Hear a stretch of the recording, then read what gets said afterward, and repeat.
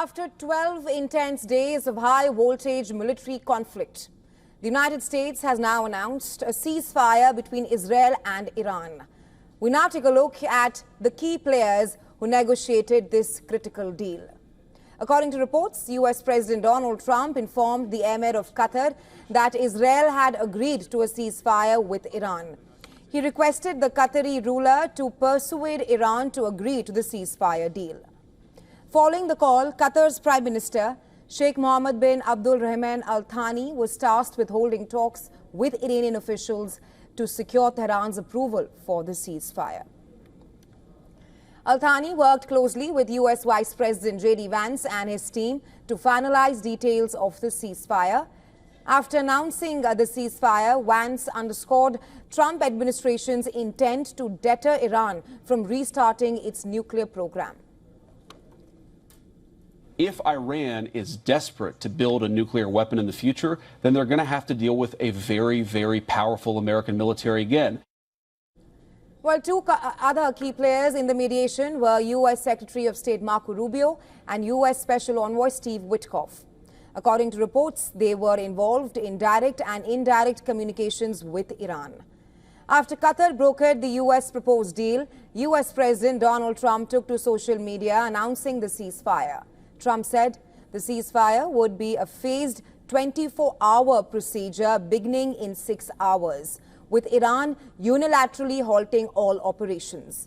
Israel would follow suit 12 hours later. He added that upon the 24th hour, an official end to the 12-day war will kick in.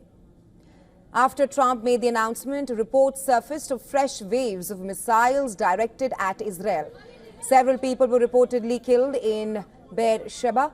6 hours after Trump's announcement, the U.S. president made the second announcement, declaring that the ceasefire between Iran and Israel is now in effect.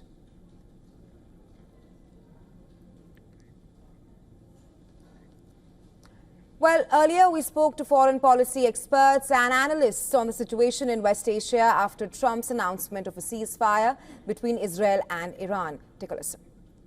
The big question then becomes, how long does it last? Do both sides accept it as permanent or at least long-term? Do both sides, really the United States and Iran, sit down and talk? What happens to the nuclear program? Those are questions that can only be addressed if the two sides stop shooting at each other. I don't put too much weight behind what President Trump has to say.